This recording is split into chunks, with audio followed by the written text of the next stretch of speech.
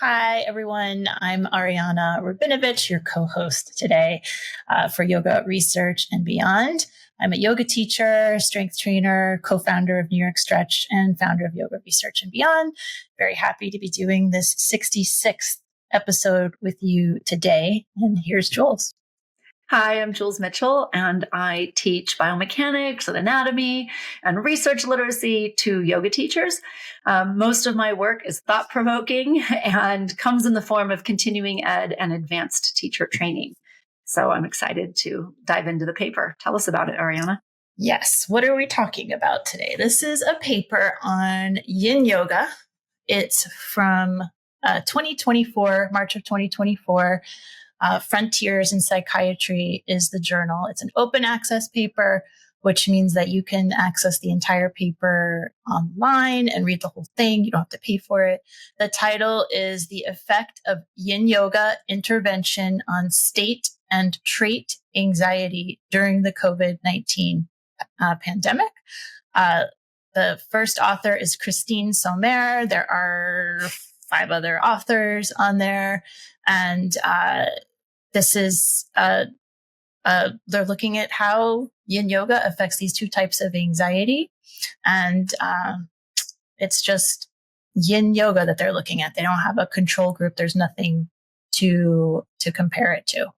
Let me tell you some details about it here. So it was a 10-week Yin Yoga program, and they had 1 class a week. I don't see. Oh yeah, it was 120 hours. It was 120 minutes. Excuse me. So 2 hours per class. That's really long. Done on Zoom. It had breathing exercises, meditation, and they listed as fascial stretching. That's what I see here. What's cool about this study is that, or one of the things that is cool about this study, is that they actually list the yoga poses. I like it when they tell you what they did. The last paper we looked at didn't tell us. So they did butterfly, deer, square, squat, child's pose, shoelace, dragon, swan, downward facing dog, half saddle, snail, and shavasana. I love that there's so many names for poses that it depends on the practice. And I'm not as familiar with Yin Yoga as I am with other practices. So it's fun for me to see different names of things. They held poses for different times with breaks in between, and that ended with that shavasana, the relaxation in the middle, at the end, excuse me. And I think those are the important things that I'm seeing about this study. Did I miss anything in there? Just that the outcome measure was a survey, like a self-reporting tool, the Spielberger State Trait Anxiety Inventory. So that's how they measured, and that they basically did the measure, the self-reported survey, immediately after class and at the end of the 10 weeks. So they were looking at long-term results and then immediate results. So that's pretty much it for the methods. What's so fascinating to me about this paper, however, is not the methods. The methods are pretty straightforward. They were given, an intervention, and they did it, and they did a great job reporting it. Like Ariana said, that's rare.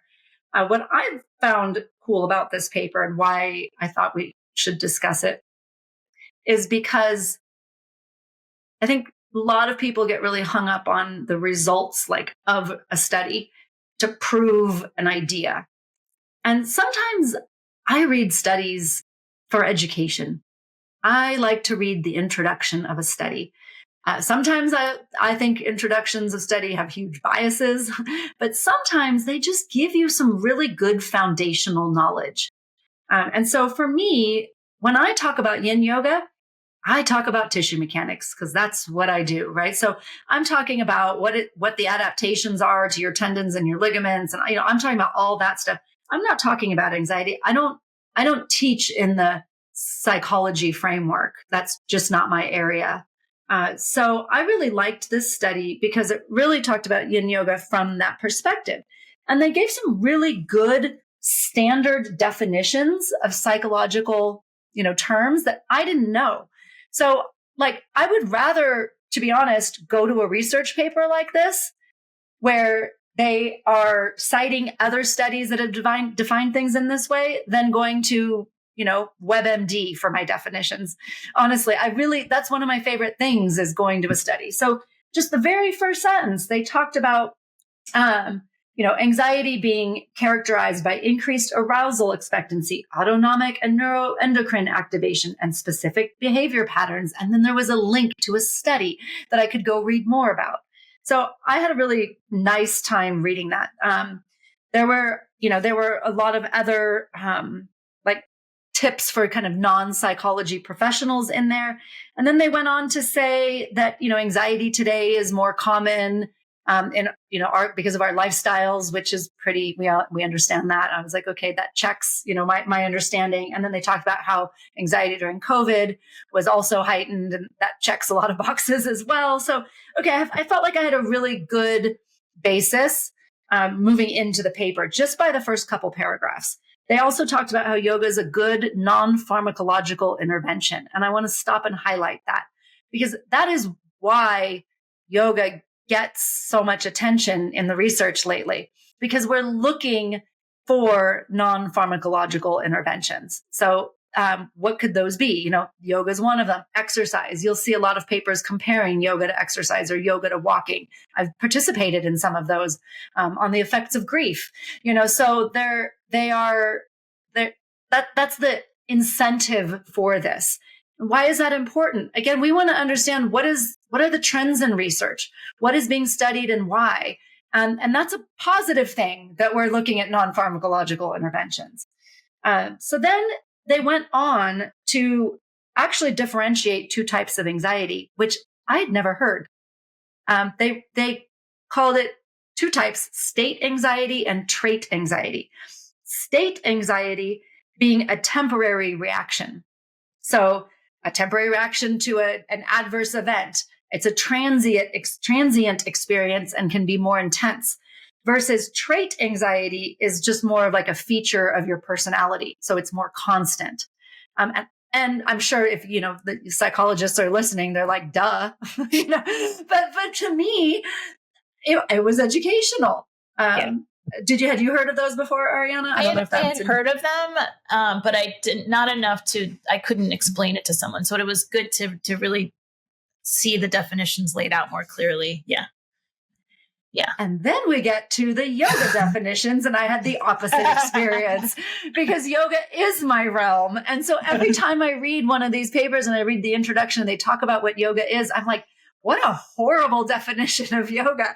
So, it's possible that their psychology definitions were lay person definitions, but they benefited me. And so actually it makes me less arrogant about the yoga definitions, because who's reading these are not most of the people reading this aren't 20-year yoga teachers like we are. A lot of the people reading this are people that are looking for non-pharmacological interventions. They don't really know much about yoga. And so the paper has to do a nice job of giving somebody an understanding of what it entails.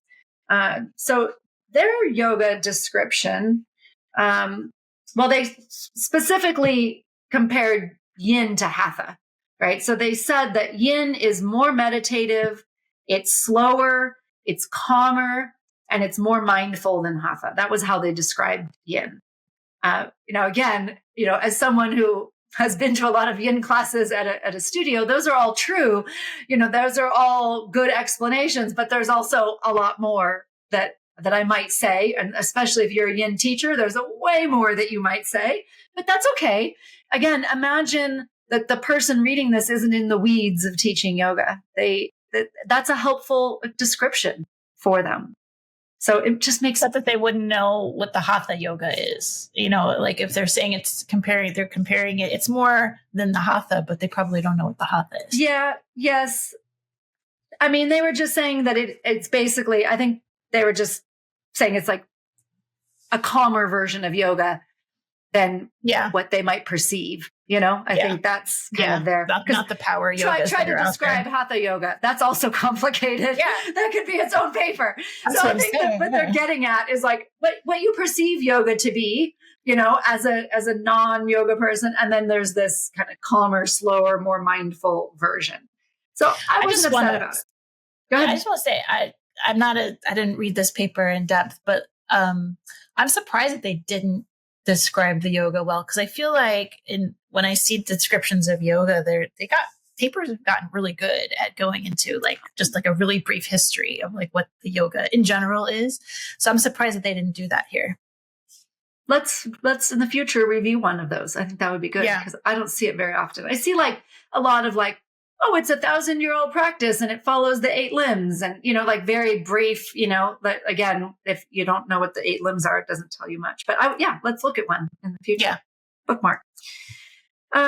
Okay. So anyway, in the study, it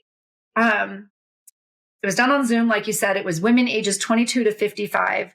And they had to have pandemic specific psycho-emotional disorders, but they couldn't have a diagnosis of depression or anxiety. So it had to be again, this very state anxiety that was something that was caused by the pandemic. So those were the inclusion factors. Again, they couldn't have a diagnosis, they couldn't be on meds, and they couldn't have had COVID. So, the COVID in the title is a little bit misleading because it's really just people during COVID that were stressed out. It was during a period. It wasn't about COVID itself. It was about the stress people were dealing with while we were, in lockdown. The stress levels were heightened during that time. Yeah. Yeah. And they were all Latvian women, right? Yeah, it was in Latvia. I think, so this is also, I do think that this was part of probably a PhD program or a graduate program. You see that a lot. And the reason why I think that, I have no evidence for it. The reason why I think that is when they talked about the lead investigator and the study design, she'd been teaching yoga for 10 years, and this was part of her study project. And so that's what happens a lot of times. My master's thesis was a book, a first draft of a book, but I could have collected data and then tried to get it published. And a lot of my colleagues did that. But I was more interested in, doing more of a literature review in the existing research. So I think that's what the situation was.